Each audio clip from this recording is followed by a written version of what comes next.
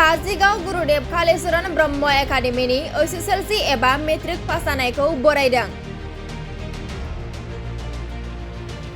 HSLC आनजाद 2025 आव उथ्रिसार जानाय गुनगोनां फरायसुला फरायसुलिफोरखौ बरायनाय हाबाफारि लादों गुरुदेव कालीचरण ब्रह्म एकाडेमीनि फरायसालि आफादा।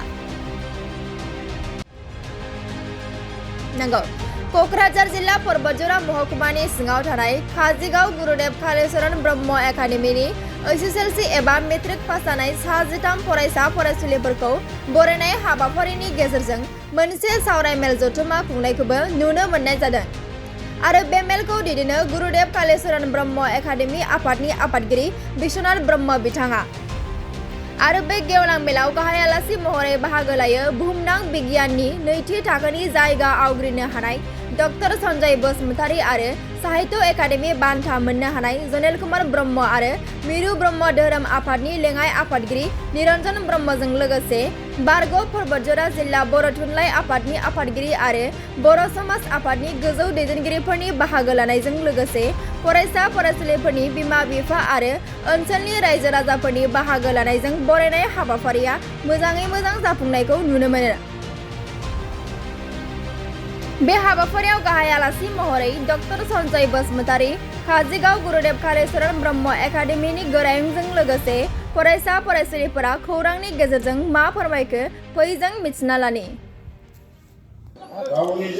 गिबियावनो दिनैनि बे गुरुदेव कालीचरण ब्रह्म एकाडेमी काजिगावआव थानाय दाखालिसो मेट्रिक आनजाद पास जानाय मेट्रिक आनजादाव सेथि मासियाव आवग्रिनो हानाय बिथांमोनखौ बरायनाय फोरबो लानायाव आं दिनै नुजाफैनानै जोबोद गोजोननाय मोनदों।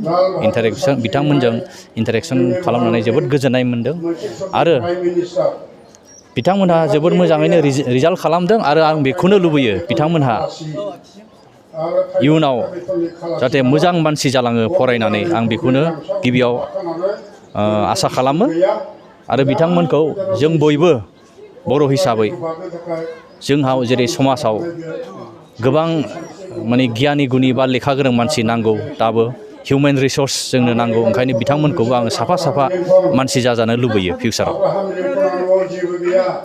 सासे साइन्टिस्ट जानोबा मा सोलोंनो गोनां जायो? सासे साइन्टिस्ट जानोबा सोलोंनो गोनां स्पेसिफिक बिदि माबाद्राय नङा खिन्थु जों गिबियावनो जोङो साइन्स फरायनांगोन। साइन्स फरायनानै जिखुनु लाइनाव साइन्सनि लाइनाव थाङोब्ला जोङो रिसार्च खालामहैनो हागोन बा नङाबा जों माखासे साइन्टिस्ट पस्ट दं बेहायबो थांनो हागोन। साइन्स फरायनानै रिसार्च खालामनानैबो जोङो साइन्टिस्ट बिमुंखौ मोनहैनो हायो। मोजां रिसार्च खालामोब्ला बे रिसार्चखौ जोङो वर्ल्डआव थ्रुआउट दा वर्ल्ड जोङो जेनोखि रिसार्च खालामो बेखौ पाब्लिश खालामनानै जुदि एक्सेप्टेड जायोबा गनाय जायोबा बेबायदिनो जोङो साइन्टिस्ट बिमुंबो मोनहैयो आरो नङाबा जोंहा ओरैनो साइन्टिस्ट होननाय माखासे पस्ट दङ जेरै DRDO, CSIR, निस बा CSIR माखासे लेब दं बेफ्रावबो इण्डियायाव थ्रुआउट दा इण्डिया बेफ्राव माखासे साइन्टिस्टनि पस्ट जायो बे पस्ट थायो। बे पस्टआव जोङो मास्टार डिग्री बा टेकनिकेल लाइनाव थांनानैबो MSc मास्टार डिग्री फरायनानै बा टेकनिकेल लाइनाव जेरै BTech, MTech फरायनानैबो जोङो बे पजिशनखौ लाहैनो हायो साइन्टिस्ट पस्टखौहाय। नोंथाङा माबायदि नाजानायनि गेजेरजों दिनै सासे जाफुंसार मोनसे बिमुंखौ मोननो हागोन साइन्टिस्ट बिमुंखौ?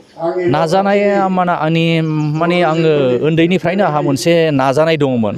आङो फरायनानै माबा मोनसे जाहैथारनांगोन होननानै। मानो होनोब्ला जोंहा न'खराव रांखावरिनि अबस्थाया मोजां नङा ओंखायनो आङो उन्दैनिफ्रायनो सानोमोन फरायनानै माबा मोनसे आङो जाथारगोन माबा मोनसे मावथारगोन होननानै आंहा बे मोनसे गिदिर थांखि दङमोन। बेबायदिनो थांखि हिसाबैनो आङो खस्थ' खालामबोदों फरायनायखौ हागौमानि मोजाङै फरायबोदों आरो दा आङो साक्सेस होननानै आं दा बुंनो हायो। एसेब्लाबो आङो साक्सेस जाबाय होननानै। GKB एकाडेमीनिफ्रायनो गोबां मोजां जौखोन्दो लानानै उथ्रिसारलांनो हाबाय।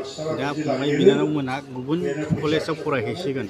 दा बिथांमोन जे फरायसुला बिथांमोननो माबाफोर मेसेज होनांगौ दं नामा जायफोरनाखि फरायहैनो थांगोन बिथांमोननो?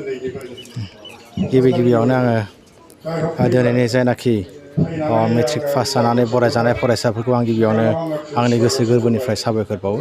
जाहाथे बिथांमोनाहाय गाव गावनि थांखि एबा फरायनो लानायाव हयथ' गावनि गोसो बायदि लानानै गावनि साननायखौ जाफुंहैनो हायो आं बेखौ गिबियावनो आसा खालामो आरो जेनाखि गावसिनि सोलोंनांगौ आयदा जोंनि फरायसालियाव जेरैनाखि फरायबोदोंमोन बेबायदिनो हयथ' गुबुन कलेजाव एडमिसन लानानै बेबायदिनो फरायनानै आरोबाव जोंनि फरायसालियाव जानाखि जेसेबांनाखि पार्सेन्टेज मोनदों बिनिफ्राय हयथ' बिनिफ्राय बांसिन पार्सेन्ट लानानै आरोबाव पास जाहैनो हाथों आं बेखौ साफ्रोमबो जोंनि जानाखि 13 फरायसाफोरखौ आङो गुरैयै खावलायहरनो सानो बे मिडियानि गेजेरजोंहाय आरो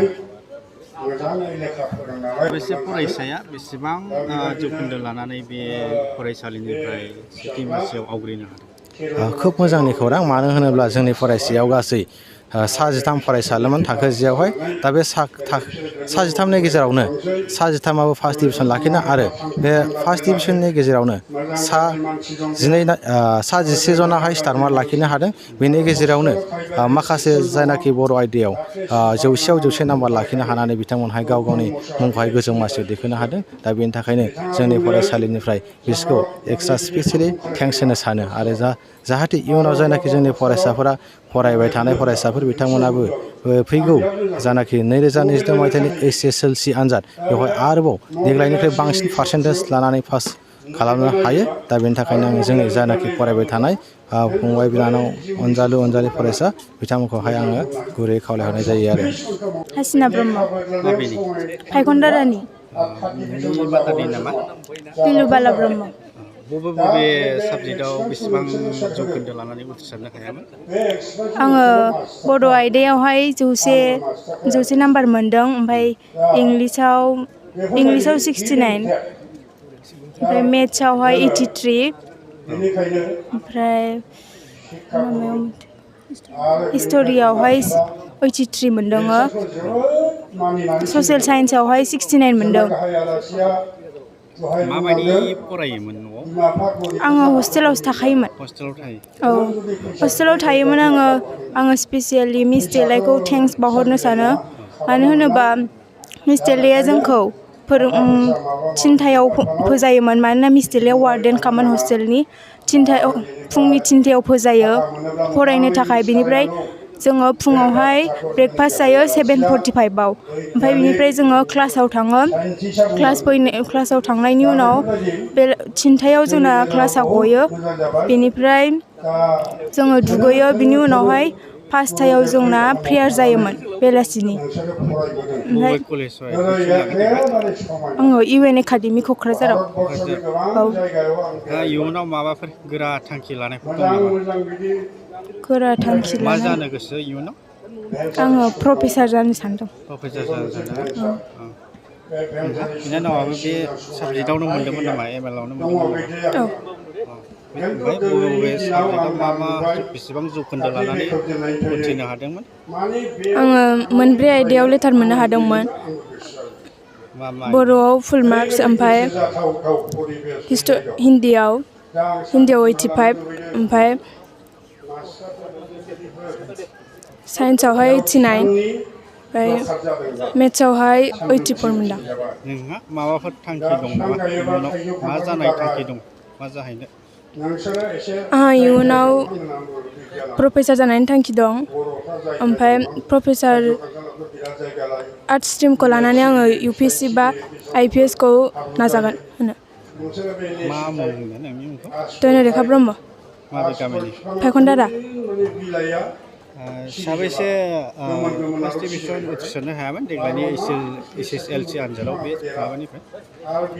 13 जन। 13 जन ना?